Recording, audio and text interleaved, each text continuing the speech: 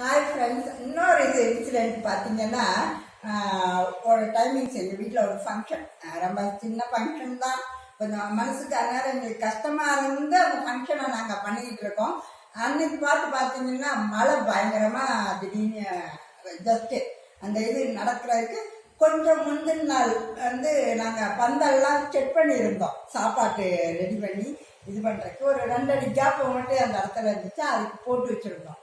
தகரம் போட்டு தார்பாய் கட்டி எல்லாம் பண்ணியிருந்தோம். இருந்தாலும் அந்த மழை தண்ணி வந்து அது வழியாக இதானா கீழே இருக்கிற அந்த சாப்பாட்டு டைனிங் டேபிள்ஸ் போட்டிருப்போம் இல்லையா, அதுகளில் போய் இதாகுமேன்னு சொல்லிட்டு ரொம்ப கஷ்டப்பட்டு அதெல்லாம் க்ளீன் பண்ணிக்கிட்டு இருக்கும்போது நம்ம சொந்தக்கார பையன் ஒருத்தன் வந்தான்.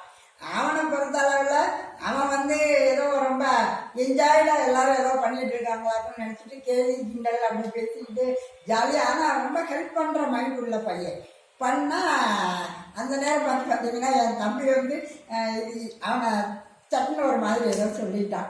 அது அவனுக்கு கஷ்டமாக தான். இப்போ என்ன ஃபங்க்ஷனுக்கு சீக்கிரமாக வந்துட்டேன், இன்னும் 1 மணி நேரம் கழிச்சு தான் ஃபங்க்ஷன் அப்படின்ட்டான்.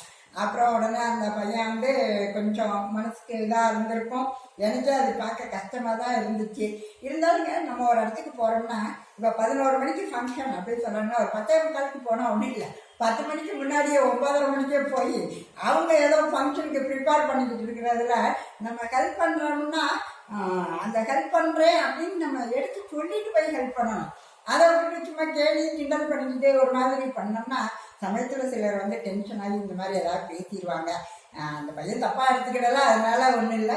இருந்தாலும் அதை வந்து இவனும் புரிஞ்சுக்கிடணும், நம்மளும் அதை வந்து புரிஞ்சு நடந்துக்கிடணும்.